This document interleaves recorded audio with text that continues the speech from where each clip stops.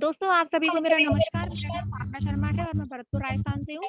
Student life में सीखते हुए इस बिज़नेस पर वर्क कर रही हूँ। आज मैं आप सबसे बात करने वाली हूँ हमारे बिज़नेस के सबसे इम्पोर्टेंट विषय के बारे में, जिसका नाम 4 बेसिक है।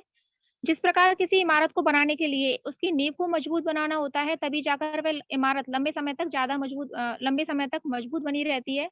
उसी प्रकार जितना हम अच्छे तरीके से और मजबूती से हम 4 बेसिक इस बिज़नेस में करते हैं, तो उससे हमारा बिज़नेस मजबूत बनता है।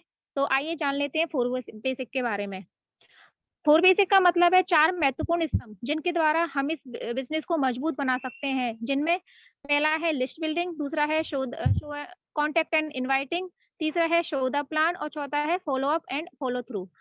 अब इनमें सबसे पहले हम बात करेंगे लिस्ट बिल्डिंग के बारे में कि आखिरकार हमें लिस्ट क्यों बनानी होती है, किस तरीके से बनानी होती है और इसे बनाने के क्या-क्या फ़ायदे हैं। लिस्ट बनाने के लिए हम अपनी फ़ोन बुक का इस्तेमाल करते हैं।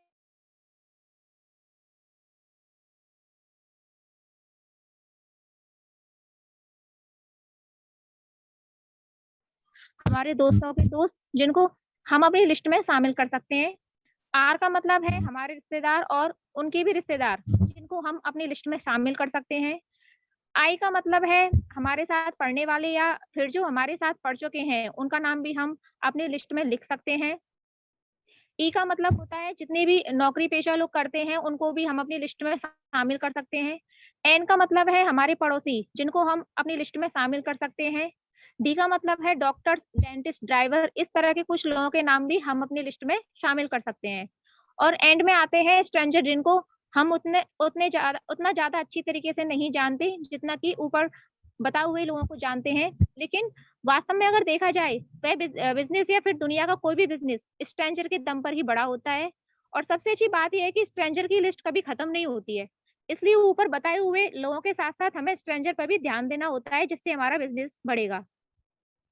अब हम जानते हैं कि लिस्ट बनाते समय हमें किन-किन बातों का ध्यान रखना चाहिए।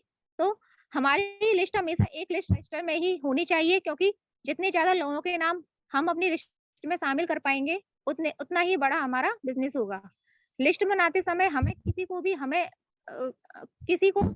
प्री-जज नहीं करना होता है, यानी कि हमें हमें ये नहीं सोचना चाहिए कि कौन इस बिज़नेस को करेगा कौन नहीं करेगा।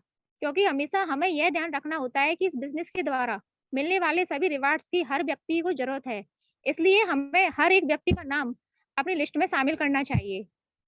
हमें हमारी लिस्ट को मोबाइल में नहीं रखना चाहिए। जैसे कि हमारी लिस्ट तैयार हो जाए, तो हमें उसकी एक कॉपी एक्टिव अपलाइन को ज़रूर देनी चाहिए।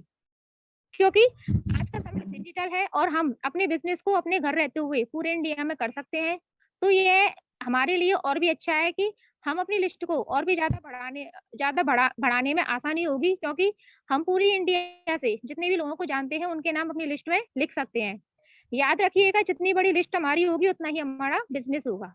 अब हम कॉन्टैक्ट एंड इनवाइटिंग के बारे में बात करेंगे। अब ये दूसरे बेसिक के बारे में, जिसे हम कॉन्टैक्ट एंड इनवाइटिंग कहते हैं, जिसका मतलब होता है कि जिस बिज़नेस को हम कर रहे हैं, उसकी जानकारी देने के लिए किसी भी व्यक्ति से एक समय निर्धारित करने की प्रक्रिया, जिससे कि उसका इंटरेस्ट चेक कर सकें कि वह कुछ और एक्स्ट्रा करने में इंटरेस्टेड है कि नहीं है। कॉन्टैक्ट एंड इनवाइटिंग के समय हमें कुछ बातों का ध्यान रखना चाहिए, जैसे कि बिज़नेस की एक डिटेल जानकारी देने के लिए एक समय निर्धारित करने के लिए हम उनसे कांटेक्ट करते हैं, इसलिए हमें फ़ोन पर ही उनको बिज़नेस का प्लान नहीं बताना होता है। दूसरा, शुरुआती दौर में अगर आपको इनवाइट करना नहीं आता है, तो आप एक्टिव अपलाइन की भी सपोर्ट ले सकते हैं। तीसरा, इनवाइट करने के लिए हमें कुछ स्क्रिप्ट का इस्तेमाल करना होता है, और अगर ऐसा हम करते हैं, तो इस बिज़नेस में आगे बढ़ने के लिए हमारे चांस और बढ़ जाते हैं। जब हम लोगों को इनवाइट कर रहे होते हैं, तो सिर्फ उसी विषय पर ध्यान केंद्रित करना होता है, जिसका मतलब हमें किसी और विषय पर बात ना करके कुछ ही समय में उनको इनवाइट करते हुए इस बिज़नेस के लिए एक सही समय निर्धारित करना होता है। अब हम जान लेते हैं कि इनवाइटिंग के दौरान हमें क्या-क्या करना चाहिए और क्या-क्या नहीं। इनवाइटिंग के दौरान हमें अपनी बातों को चंद मिनटों में ही कह देना होता है। लोगों को इनवाइट करते समय हमें हमेशा उत्साहित रहना चाहिए। इनवाइटिंग के दौरान हमें प्रोस्पेक्ट के अंदर एक जिज्ञासा उत्पन्न करनी होती है, जिससे कि वे हमारे बिज़नेस प्लान को देखने के लिए तैयार हो सकें। हमेशा सहज होकर रखते हुए ही बातें करनी चाहिए। सवाल का जवाब हमेशा सवालों के द्वारा ही देना उचित होता है। जितनी ज़्यादा लोगों को हम मीटिंग में बुलाना चाहते हैं, हमें उनसे दुगने या तिगने लोगों को भी इनवाइट करना चाहिए। इनवाइटिंग के दौरान हमेशा अपने हाव-भाव को ऊँचा रखना होता है। अपने प्रोस्पेक्ट को फ़ोन पर ही सब कुछ बताने की कोशिश ना करें, उन्हें एक बार मीटिंग में अवश्य लाने के लिए तैयार करें। इनवाइटिंग के दौरान लोगों से बातचीत करते समय बिल्कुल भी हिचकिचाएँ नहीं। लोगों का इंटरेस्ट ज़रूर चेक करें कि वे किस तरह के काम में इंटरेस्ट रखते हैं या नहीं। उनके साथ ज़बरदस्ती ना करें कि उनको मीटिंग में आना ही है। फ़ोन पर ही सब कुछ कुछ भी बेचने की कोशिश ना करें, ना ही ऐसा महसूस होने दें कि आप उनको कुछ बेचना चाह रहे हैं। आपका एक छोटा-सा बिज़नेस है या आपका कोई साइड में पार्ट टाइम में जॉब ढूँढ ली है या आप आप भी घर बैठे एक छोटा-सा सामान बेचने का काम स्टार्ट कर दिया है। इस तरह की बातें फ़ोन पर किसी भी प्रोस्पेक्ट से ना करें। और अंत में ये ध्यान ज़रूर रखें कि सही समय आने से पहले फ़ोन पर इनवाइटिंग के दौरान एमवे का नाम ना लें। यही कोशिश करें कि वे मीटिंग में आकर एक बार सही रूप से एमवे की विस्तार जानकारी लें। अपनी कॉन्टैक्ट एंड इनवाइटिंग को मजबूत बनाने के लिए आप अपने अपलाइन की और एलवाईएफ की और कुछ सीरीज़ की सपोर्ट भी ले सकते हैं। ये कुछ बातें हैं जो कॉन्टैक्ट एंड इनवाइटिंग के दौरान अवश्य ध्यान रखनी चाहिए। अब हम तीसरे पॉइंट पे आते हैं, शो द प्लान। अब हम बात करेंगे तीसरे पॉइंट के बारे में, एमबी बिज़नेस में कितनी ज़्यादा संभावनाएँ हैं और इस मार्केटिंग प्लान का उपयोग करके कितनी ज़्यादा सफलता हासिल की जा सकती है। वह कैसे की जा सकती है? इस बात की एक सही लोगों को हमें बता इस बात की एक सही लोगों को हमें देनी होती है और जिस माध्यम से हम हमेशा करते हैं, उसे हम एसटीपी यानी कि शो द प्लान कहते हैं। एसटीपी करते समय हम 2 तरह की इन्फॉर्मेशन लोगों को ट्रांसफ़र करते हैं। पहली शेयर द अपॉर्च्युनिटी यानी कि लोगों को बिज़नेस के बारे में बताना और शेयर द प्रोडक्ट यानी कि बिज़नेस में इंटरेस्टेड ना होने पर लोगों को क्वालिटी प्रोडक्ट के बारे में बताना। ये काम हम 3 तरह से कर सकते हैं, जैसे कि लोगों को ज़ूम ऐप के द्वारा खुद पर्सनली प्लान दिखाकर, लोगों को आज हो रही इस तरह की शाम की मीटिंग में इनवाइट करके और हमारी हो रही वीकली मीटिंग्स में लोगों को इनवाइट करके इस अपॉर्च्युनिटी के बारे में बताया जा सकता है।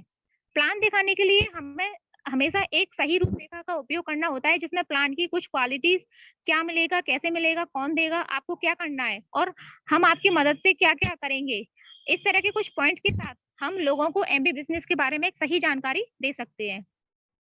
प्लान दिखाते समय हमें कुछ बातों का ध्यान रखना चाहिए। प्लान दिखाने के लिए हमें ज़ूम ऐप को सही तरीके से ऑपरेट करना आना चाहिए।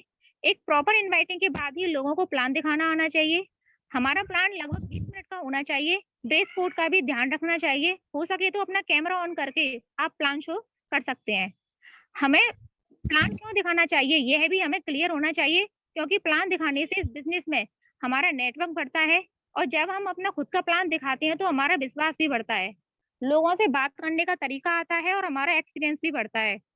और सबसे अच्छी बात ये है कि ये जो बिज़नेस है वो डुप्लीकेशन का बिज़नेस है, इसलिए जितना जल्दी हो सके हमें खुद का प्लान दिखाना आना चाहिए क्योंकि अगर हम खुद प्लान दिखाएँगे तो हमारी टीम में आने वाले लोग भी ऐसा ही करेंगे, जिससे हम कम समय में इस बिज़नेस के द्वारा फाइनेंशियल और टाइम के द्वारा फ्री हो सकते हैं। अब 4 बेसिक का चौथा और लास्ट पॉइंट है follow up and follow through. सभी चरणों की तुलना में फॉलो अप और थ्रू की प्रक्रिया भी सबसे ज़्यादा इम्पोर्टेंस होती है क्योंकि एक सफल और अच्छी आमदनी देने वाले इस बिज़नेस की शुरुआत करने का निर्णय अधिकतर प्रोस्पेक्ट के द्वारा फॉलो अप के बाद ही लिया जाता है। अब इसके लिए प्लान खत्म होने के बाद अपने प्रोस्पेक्ट से फॉलो अप के लिए समय को निर्धारित करें।